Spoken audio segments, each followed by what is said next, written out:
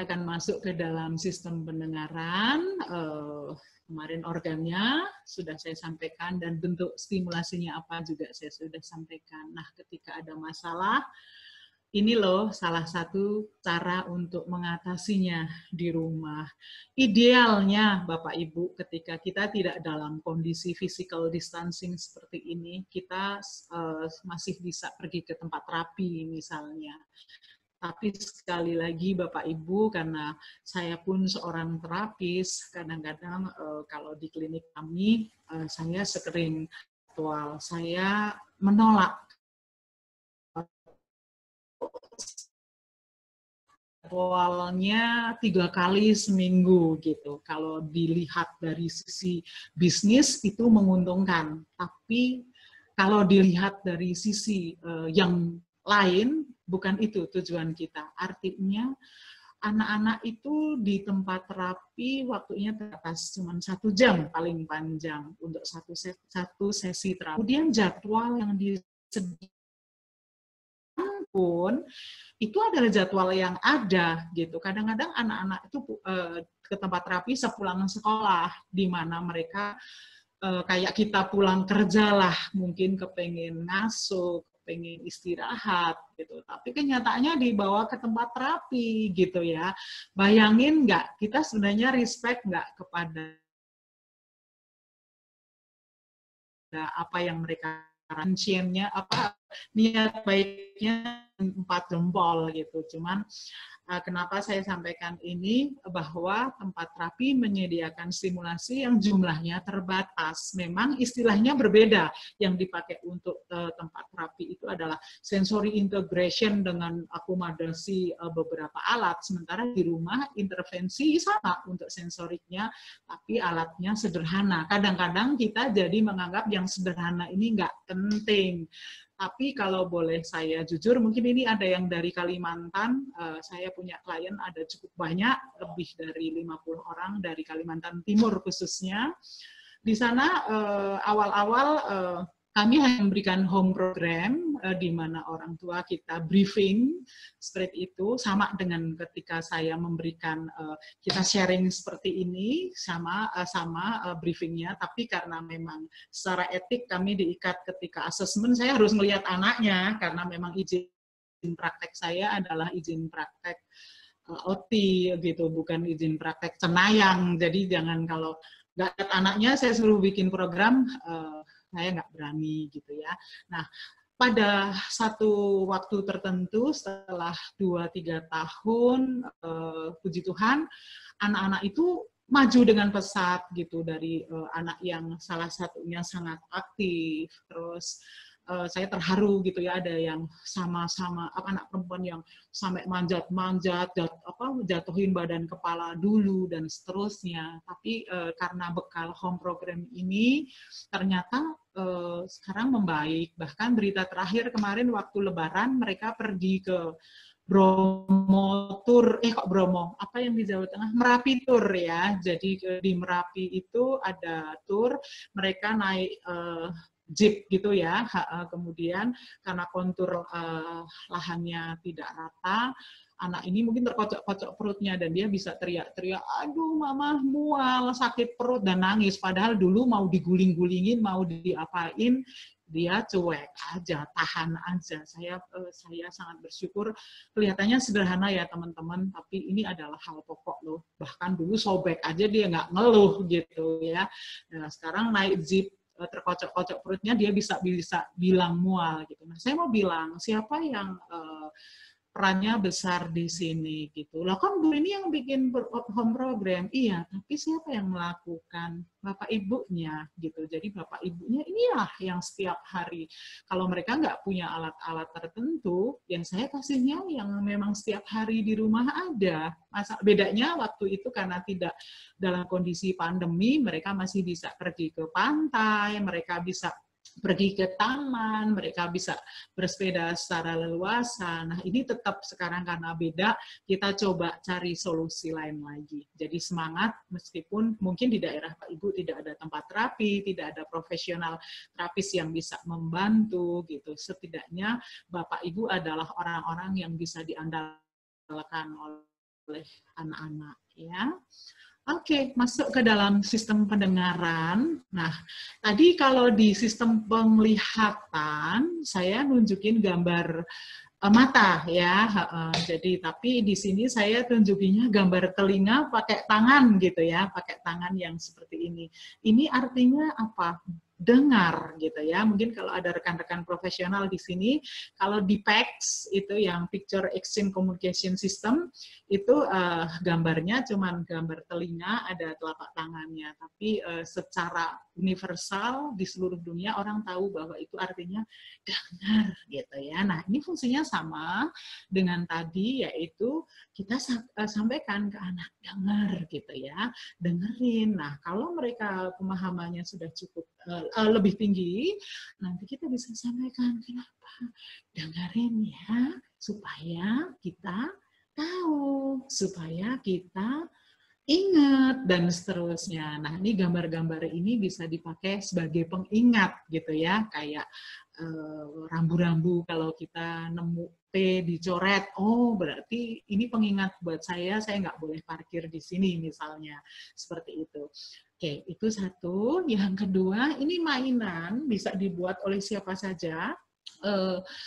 Telepon-teleponan ya, jadi dari gelas plastik bisa, dari gelas kertas pun bisa. Jadi dilobangin, dikasih string gitu, terus ujungnya dibundelin di masing-masing dalamnya.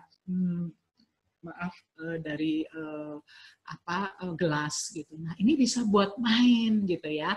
Kemudian kita tempel satu anak, satu kita, terus kita sampaikan ya, itu lagi-lagi harus pesan atau informasi yang sesuai dengan kemampuan anak. Misalnya, halo, atau panggil namanya, misalnya Yudi, gitu ya. Jadi biasanya hal-hal dibuat menarik seperti ini akan memang menarik perhatian anak, sehingga mereka kita harapkan akan memberikan respon gitu. Tapi untuk yang kemampuannya sudah lebih baik, kita bisa mungkin memperpanjang kalimat. Misalnya, Tono ambil bantal gitu misalnya. Nggak usah yang, Tono ganteng anak mama mau minta tolong boleh nggak ambil bantal dong. Nanti nggak kedengeran itu, maksudnya hanya kedengeran mama ngomong panjang tapi nggak ketangkep message-nya apa gitu ya. Main telepon-teleponan. Nah, jadi ini kalau ada kalengnya bagus, kalau nggak ada kaleng tadi dengan gelas-gelas model plastik yang kayak aqua gitu, bekas boleh, beli baru banyak gitu yang dari kertas juga silahkan gitu. Nah, kemudian yang di kanan sana ada main bisik-bisik ya. Jadi bisik-bisik itu kita bisa main pesan berantai, misalnya panggil namanya, misalnya Tana gitu. Nanti kita rasakan responnya dia seperti apa. Bisa tingkatkan, Tana kasih pensil ke papa gitu ya misalnya. Jadi pesan berantai, bener nggak dia nyampe tuh pesan kita ambil kasih pensilnya ke papa gitu, atau jangan-jangan dia pergi ke tempat lain gitu ya. Jadi kita harus benar-benar menyesuaikan dengan perkembangannya. Appropriate tadi, prinsip yang A tadi harus kita pegang. Nah, di sini sebenarnya kita sedang mengarahkan anak untuk memusatkan, berusaha memakai modalitas dengar itu untuk memperhatikan sesuatu, dan ini penting sekali gitu ya. Jadi anak-anak terbiasa nih mumpung di rumah ya, jadi kita bisa praktekkan gitu ya. Jadi karena sebenarnya secara kalau lagi tidak dalam kondisi di rumah saja, itu main keluar, teriak-teriakan, kejar-kejaran, ini adalah program yang alami, mudah, dan cukup, menurut saya cukup efektif. Cuman sayangnya kita lagi nggak boleh kayak gitu, jadi kita tetap dalam rumah, atau kejar-kejaran di halaman barangkali yang memang lahannya masih cukup untuk itu di luar rumah, ngomongnya di luar rumah, yang ini, yang itu, yang apa gitu ya. Baik, nah yang bawahnya itu saya sebutnya silofon ya Bapak Ibu ya. Nah bisa aja silofonnya 2 gitu ya. Tapi nggak harus silofon, nanti giliran saya tunjukin silofon terus ada yang berdalih belum dikerjain karena belum beli silofon. Saya pesen silofon aja kemarin cuma pesen selusin lama datangnya. Pakai piring bisa, piring kaleng atau apa. Jadi kita ketuk, tuk gitu. Terus nanti minta anak untuk tirukan ketukannya. Nah ini dulu kejadian sekitar 4 tahun yang lalu di sekolah kami. Saya amazed sekali ketika anak diajarin seperti itu oleh gurunya, kemudian dia bisa bahkan kemudian dengan gurunya sengaja yang bikin duk duk duk duk duk duk duk gitu. Itu anak-anak itu dengan drumnya bisa drum plastik ya, itu bisa menirukan dan itu berpengaruh sekali kemudian kepada proses belajar membaca justru waktu itu. Jadi satu kondisi ASD, Autism Spectrum Disorder dalam kategori moderate ke arah berat gitu waktu itu. Jadi saya surprise sekali gitu ya ketika si bu guru ini, saya simpan videonya sampai hari ini gitu ya. Jadi disuruh ting tung ting tung tung tung tung tung, dia bisa ting tung. Ya awalnya suruh nurutin satu ting tung gitu aja nggak bisa, tapi kita benar-benar harus ini apa telaten gitu ya, dibuat menyenangkan gitu. Jadi anak juga nggak bosen, jadi tertarik, nggak menyerah, seperti itu. Nah, kemudian gambar yang di tengah ini, saya sebenarnya pengen mewakili gambar seseorang yang sedang kayak nari gitu ya, bergerak dengan arahan tertentu atau dengan musik tertentu gitu. Misalnya dengan lagu ke kanan gitu, ke kiri, ke depan, itu artinya arahan tertentu tapi dibuat menyenangkan dengan musik, dengan lagu gitu. Nah, ini modalitas pendengaran dipakai untuk diarahkan, untuk memusatkan, dipakai untuk memperhatikan lebih gitu ya. Ini contoh-contohnya. Nah, Bapak Ibu bisa aja pakai musiknya beda. Nggak ada di tempat saya, pakai rantang. Ayo, siapa nggak punya rantang? Pakai panci, pakai tutup panci, itu bunyi loh kalau diketuk. Kalau nggak percaya nanti dicoba. Satu dipegang mama, satu dipegang anaknya gitu ya. Oke. Kemudian kita masuk ke sistem Praba. Oke, kemarin sistem dan organ dan stimulusnya saya sudah sampaikan. Kita masuk ke dalam stimulasinya. Nah, ini saya sebut kumpulan benda-benda ini saya sebut sebagai taktil material ya, material taktil biasanya kalau di klinik kita jadiin satu di dalam satu tempat. Jadi kalau mau pakai, nggak pakai ngider-ngider nyari dulu gitu ya.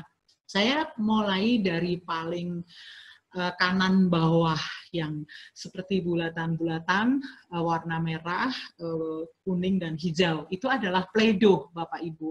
Nah, kalau di daerah kita susah untuk mendapatkan Play-Doh, bahkan di Jakarta pun saya membuat sendiri gitu ya, dengan berbahan dasar terigu. Mungkin kalau ibu-ibu yang terbiasa bikin roti, bakpao atau donat, ini adonannya kurang lebih seperti itu. Pastinya minus ragi, minus mentega ya. Tapi untuk membuat adonannya tetap lentur, kita pakai minyak secukupnya. Itu main feeling kok ibu-ibu. Kemarin saya coba, hanya minyaknya terlalu banyak, jadi waktu selesai main tangannya sangat berminyak gitu. Itu perlu memang trial and error gitu ya. Kemudian pewarnanya pewarna makanan. Jadi dari 1 kilo terigu itu kemarin saya bisa mendapatkan 3 warna yang ukurannya lebih 2 kali kepalan tangan saya, 3 kali. Jadi 1 kilo terigu itu hampir 6 kepalan, mekar dia. Seperti itu. Nah, si Play-Doh ini bisa dibuat apa aja, mau dipegang di gelinding-gelinding, di pelintir-pelintir, di remet-remet saja. Ada bahkan yang cuma dicuilin, dibanting-banting, is okay. karena kita memang sedang memberikan stimulasinya untuk sistem peraba gitu ya.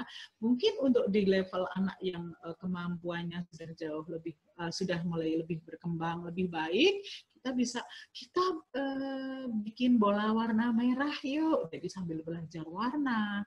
Kita bikin cacing warna hijau yuk misalnya, kita bikin ikan warna kuning yuk, bikin bintang warna merah dan seterusnya gitu. Tapi target kita bukan kok bagus sih bintangnya, kok ini jelek bintangnya, bukan itu. Tapi Play-Doh ini adalah satu media untuk kita untuk menstimulasi sistem perabaan kita.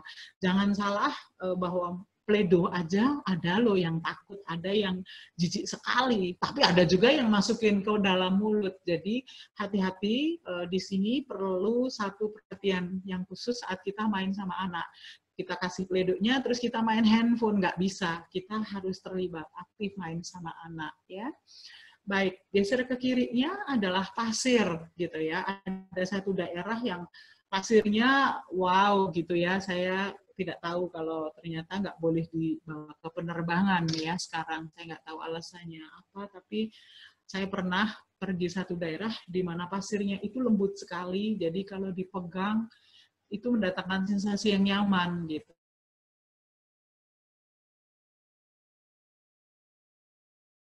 Jika nggak harus dipaksain, artinya harus pasirnya seperti ini. Ada di toko khusus untuk mother care, child and mother care itu di Jakarta, yang jual per kilo gitu ya. Kalau dia nggak ada, terus kita nggak main pasir, nggak juga. Saya bahkan pasir bangunan itu ya yang dijual pakai apa itu kita ayak kemudian kita bilas kayak kita cuci beras gitu sampai air kotornya hilang gitu. Jadi udah nggak berdebu, kita keringkan, kita bisa buat main untuk menstimulasi sistem peraba kita. Terus mainnya seperti apa, Bu? Bikin kastil kah? Bikin apa? Enggak, just free play, main bebas aja. Dia mau kunyak-kunyak, mau dia tata-tata, dia mau taruhin mainannya, ngumpetin kelereng-kelerengnya, ngumpetin binatang-binatangnya, dan seterusnya. Itu karena tujuan kita sebenarnya pasir ini untuk memberikan sensasi atau stimulasi di sistem peraba. Baik, ada loh yang takut pasir gitu ya, tapi ada juga loh yang sampai berguling-guling di pasir, nanti lari ke pantai, basahin, nanti guling-guling, jadi badannya kayak kalau kita mau goreng ayam tuh ditepungin gitu ya, nah itu di penuh pasir. Ada yang itu berarti sensory seeking di sistem peraba. Tapi ada yang ketika lihat pasir aja sudah histeris seperti itu. Kita harus betul-betul bisa memahami bahwa ketidaknyamanan itu subjektif, hanya dia itu yang merasakan, tapi itu ada. Kita nggak kayak gini aja. Itu kakakmu nggak apa-apa tuh mainan pasir sampai guling-guling, itu kakakku, itu adalah individu yang berbeda gitu ya, kita hargai seperti ini.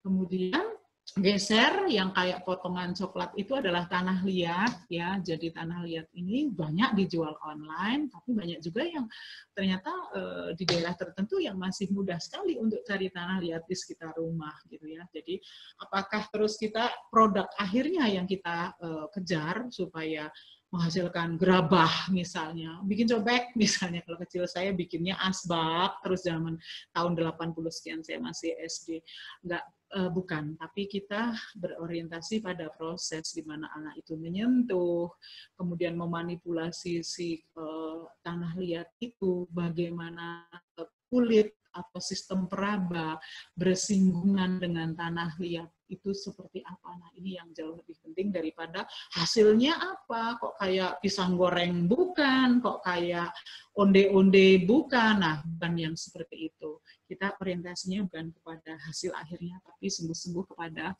prosesnya. Tapi kalau at the end-nya dia memang sudah nyaman dan dia pengen bikin yang macam-macam sesuai dengan keinginannya, nggak apa-apa.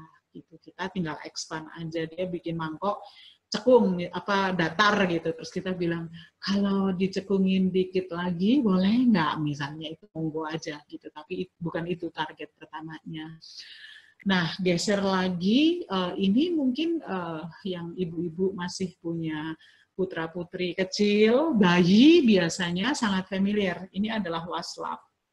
Saya ingin mengajak kembali ke era beberapa tahun, mungkin puluh tahun di belakang kita, di mana kita ketika mandi, itu kita menggosok badan kita dengan waslap ini ya, dengan lap mandi ini gitu ya. Teksturnya pun berbeda-beda Bapak Ibu. Jadi ada yang seperti handuk, ada yang halus, agak ada lembut puffy gitu ya, apa kalau dipencet agak empuk-empuk gitu. Terus ada yang juga sekarang lucu gitu, kayak bulunya kayak cendol gitu. Jadi namanya waslap cendol gitu ya. Jadi itu bagus sekali di mana anak kita mandikan dan saat menyabun badan yang biasanya kita mungkin pakai sabun cair langsung kita pakai tangan gini aja menggosok badannya, kita bisa pakaiin waslap ini, taruh sabun cairnya, kemudian sambil kita usapkan gitu ya ke area yang biasa kita bersihkan. Nah, di situ pun kita bisa loh sambil berinteraksi, sambil menstimulasi sistem yang lain, misalnya tangannya mana, Dek? Coba Mama gosok tangan, kakinya mana? Oke, atau kaki mana? Mana kaki gitu ya, misalnya gosok kaki gitu ya, mandi. Kenapa aktivitas ini saya juga pilih? Karena dalam satu hari setidaknya 2 kali kita dan anak-anak kita mandi. Jadi bayangkan dalam dalam satu hari kita bisa memberikan stimulasi taktil lewat mandi, lewat usapan waslap saat mandi itu setidaknya 2 kali. Jadi Bapak Ibu kalau ditanya, wow ini tinggalnya di Lombok misalnya, nggak ada tempat terapi yang saya tahu di sana. Kemudian ditanya terapinya berapa tahun sekali gitu kan, mungkin mesti terbang ke Surabaya atau ke Denpasar gitu. Tapi mereka bisa jawab tiap hari, wow, karena di rumah sama bapak ibunya ya. Jadi pakai intervensi seperti ini akan menolong sekali. Sebagai variasinya di sebelahnya itu kita sebut sebagai spons mandi atau shower puff ya. Itu tingkat kelembutannya juga beda-beda gitu ya. Ada yang agak cenderung kasar atau yang halus, katun sekali gitu. Nah, tapi memang fungsinya kurang lebih seperti waslap. Jadi kita berikan sabun cair, kemudian kita pakai untuk menggosok, membersihkan, sambil membersihkan badan, kita sambil memberikan stimulasi raba. Nah, yang perlu saya tekankan di pemakaian baik waslap maupun shower puff ini, tekanan yang kita pakai itu harus cukup. Artinya, ini misalnya tangan saya, terus saya cuma gosok ringan tapi cepat seperti ini tidak memberikan stimulasi taktil yang cukup. Karena apa? Mungkin anak juga nggak ngeh gitu, tapi ketika kita agak dengan pelan-pelan dan sedikit agak ditekan sedikit, itu anak-anak akan lebih aware dan bisa jadi ngelihat ke arah sana. Oh ini ya lagi digosok gitu ya. Jadi dan biasanya kalau agak ditekan itu sensasinya menjadi lebih menyenangkan. Kayak kita kalau capek atau lagi kayak ginilah suasananya kita kemudian pijit atau masas gitu ya. Nah itu rasanya kurang lebih seperti itu.